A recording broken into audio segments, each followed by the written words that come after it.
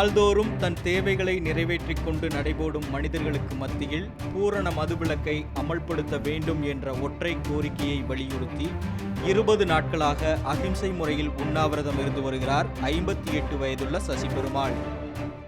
மிகவும் அவருடைய நாடி துடிப்பு குறைந்து கொண்டு வருகிறது என்பதை சென்னை ராயப்பேட்டை மருத்துவமனையில் இருக்கிற மருத்துவர்கள் சொன்னார்கள். இங்கே டி நகரிலிருந்து சித்த மருத்துவர் நடராஜன் என்பவர் இங்கே வந்தார். அவரும் பரிசோதனை செய்தார். உடனடியாக அவர் 4 நாட்களுக்கு முன்பே சொன்னார், உடனடியாக அவர் உண்ணாவிரத்தை முடித்துக்கொள்ள வேண்டும், இல்லாவிட்டால் எதுவும் நிகழலாம் என்று சொன்னார்கள். அவர் தொடர்ந்து பிடிவாதமாக இருக்கிறார். இப்பொழுது இது தமிழக அரசுடைய கவனத்திலே 20 நாட்களாக இருந்து கொண்டிருக்கிறது. காவல்துறை இங்கே அவர் உண்ணாவிரதம் இருக்கக்கூடாது, அவர் அகற்றப்பட வேண்டும் என்று எனக்கும் கூட நோட்டீஸ் கொடுத்திருக்கிறார்கள்.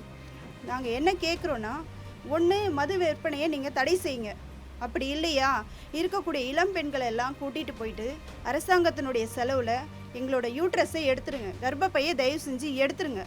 ஏன்னா நாங்கள் ஒரு குழந்தைய 10 மாதம் சுமந்து பெத்தெடுத்து கொடுத்து நீங்கள் அதையும் வளர்த்து ஆளாக்கி கொண்டு போய் நீங்கள் ஒயின் ஷாப்பில் கொண்டு போய் அவங்கள சாகடிக்கிறத விட தயவு செஞ்சு நாங்கள் பெறாமலே இருந்துடலாம்.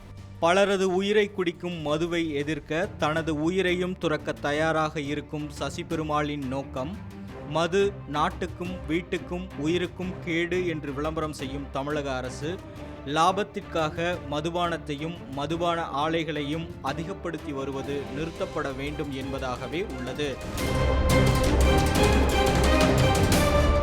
சேக் பரீத், ரெட் பிக்ஸ் நியூஸ்.